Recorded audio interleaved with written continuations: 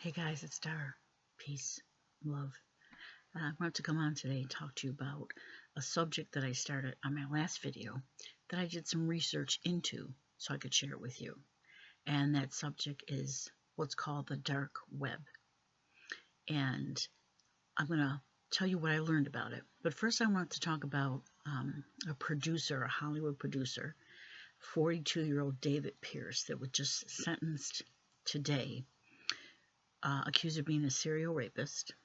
Two of the young women that he actually raped, he had given the date rape drug GHB, and then fentanyl was, I believe, injected into them somehow when they were passed out from the GHB. And ultimately, these two young women were dropped off at two different hospitals, I think in Vegas it was, and it turns out, or it might have been Los Angeles, I apologize, but they were dropped off at two different hospitals and they both died later on.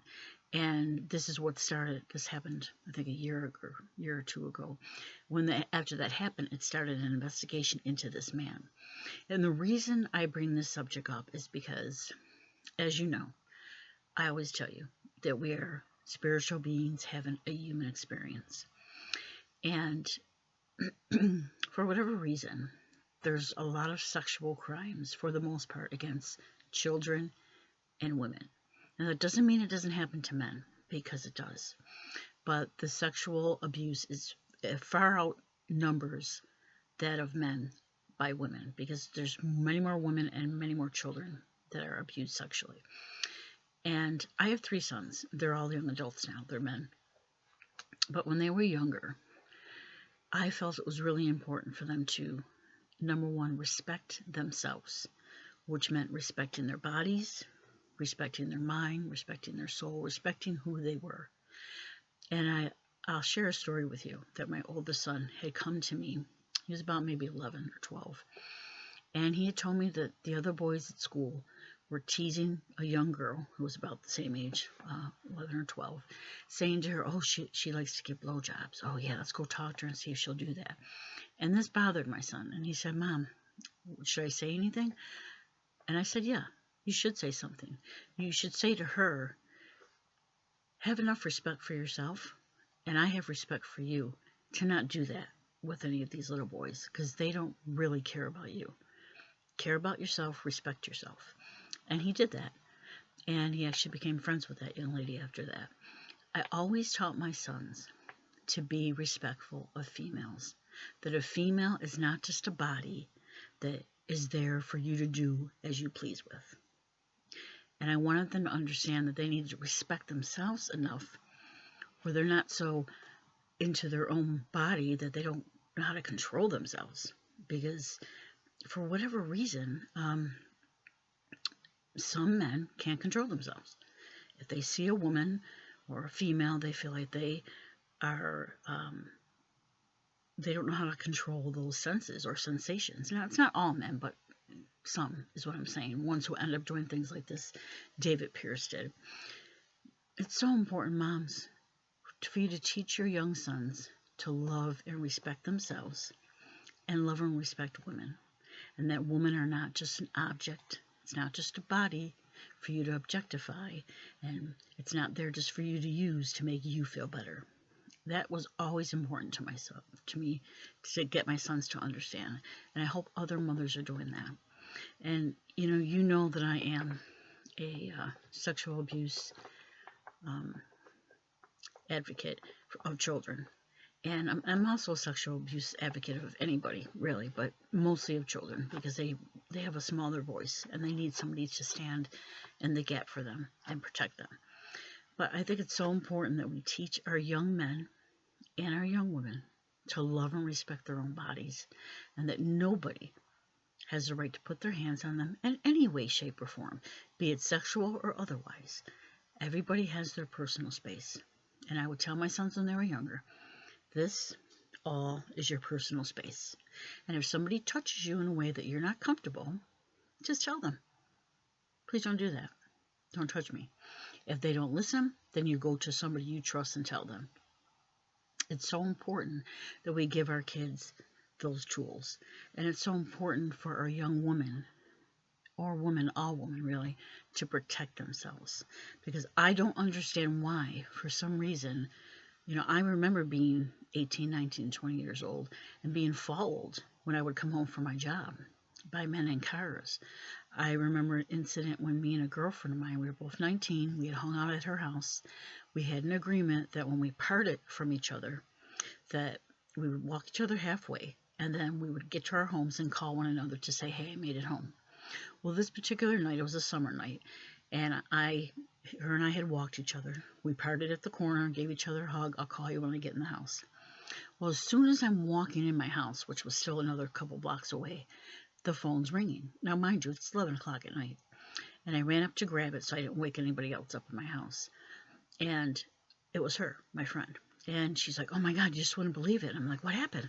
So she begins to tell me a story that she walked away from me, and as she's walking back toward her house, she hears somebody walking behind her in high heels. She turns, and she sees a woman walking in high heels with a purse. So she said she didn't think too much of it. Well, as she's getting closer to her home, on the opposite way coming toward her was a friend of ours, a guy that we knew. And he got closer to her, and he's pointing behind her saying, hey, that's a guy. And as he got over to her, she turned around and realized that was a man in a dress, in heels, carrying a purse, following her. Well, as soon as he realized that the other guy saw him, he took off running, and our friend took off running after him, watched him jump in a car, pull off his wig, and he had a dress on, pull off his wig and jump in the car and take off. I don't think he ever got the plate or anything, but it was scary and it was creepy that somebody would go through the length of dressing like a woman, but very smart, because he knew she wouldn't question it. And she told me she didn't. She's like, I thought it was a woman. I didn't feel unsafe at all. I thought it was a woman behind me in heels. She didn't know. Obviously, he had intended to do something to her. What, we don't know, but I'm sure we can imagine. The world's got to become a better place, folks, because when it comes to humans, we are here to be the best version of ourselves. When we die, we do not disappear forever. Our soul lives on. And like I've said many times, we're going to put it on a t-shirt. When you die, you will feel the pain that you have caused others. So you need to get right with yourself and the higher power, because sexually abusing children will get you to the fast track to you-know-where. And I can tell you for sure that we need to start doing something now, because human beings, when it comes to sex in particular, have not grown, have not learned, have not become better versions of themselves. People still act like a dog in heat when it comes to sex. And mostly it's men, but there are some women in there. So don't ever think a woman's not capable of it. But it does tend to be more men. Why, I don't know. But we have to do something about that, where it's not acceptable anymore. And we're going to start by talking about it. And we're going to talk a lot about it. So the dark web, what is that? Well, basically I looked into it. And initially the dark web, when the internet started, was for journalism or whistleblowers to go onto a certain layered website, which is, I believe there's a software called Tor, T-O-R, and this software allows for people to go on that particular website, and there's what they call layers, where their information is hidden, their internet address is hidden, any of their conversation is hidden, so it can't easily be seen. Now, initially, like I said, it was for journalists and whistleblowers. Well, eventually, criminals get a hold of this crap. So now you have things that are definitely legal on the dark web, but a lot of it is illegal as well. And that would include people who steal credit card numbers, social security numbers, and then they turn around and sell them on the dark web. Now, you have to have access to this dark web in order to do that and know what you're doing, which makes sense to me, because there's a lot of child pornography and probably a lot of violent pornography trafficked through the dark web. And these folks know how to hide the people that are partaking in their pictures and videos. at purchasing them, because there's what's called an onion, or layers of how do I want to say this, layers of hidden, not hidden websites, but, well, I guess just layers, technically layers that, like, we use Google and Yahoo and Bing. Okay, those are search engines. With the dark web, there aren't those search engines don't exist. So you have to be going on there for a specific reason to understand how to even get on it, to use it. It's pretty scary to me that that exists. But I guess if a person really wants to get something like internet pornography, that they're going to figure out a way to get on there. And if it's pornography they know is illegal, they'll figure out a way to get on there, because they know that they can be kept in secret, that it can be hidden, that people can't get to them as quickly. Now, don't think that the FBI is not on there, because there's a lot of very smart people working in the FBI that can get a hold of the information and go through those websites and find these people. And it's been done before. But a lot of times these folks are a step ahead, and it's disgusting. I've seen some of the back and forth text between people that are pedophiles, but we'll talk about that another day. But be aware when you're online, because with AI now, I don't know if anybody's seen the AI videos, they're getting better and better.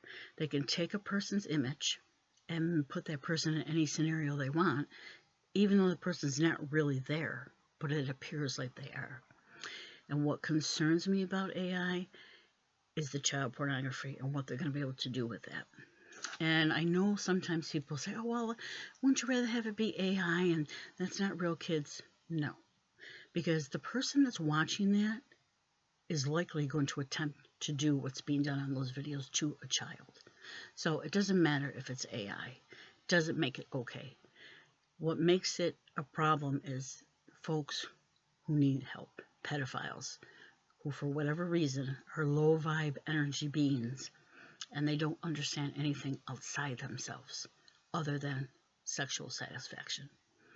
We got to protect our kids from that, and each other from that, really. But I wanted to touch base with you about the dark web. So the dark web, again, is layers put in place where a person's information is hidden, and it's not on the regular web that me and you use. It's through a certain software called Tor, T-O-R, and there's layers of information that they can hide for people using that website. So be aware of that, and be aware of pictures you're putting of your kids on the internet, because honestly, nobody needs to see all your pictures of your children, because people can take those pictures, and now with AI, they might be able to take your kids' pictures and put them in some kind of graphic, sickening video, and that's the last thing you would want to happen. You might not ever see it, but just knowing it could happen, I think, would be enough for you to understand it's probably not a good idea to splatter your kids' pictures all over the internet. And that means celebrities too. Protect your kids, because there's people out there that if they got a hold of them, will do evil things. It's just the truth. And I really hope that you have a blessed night, and I love you. We'll talk again soon. Peace and love.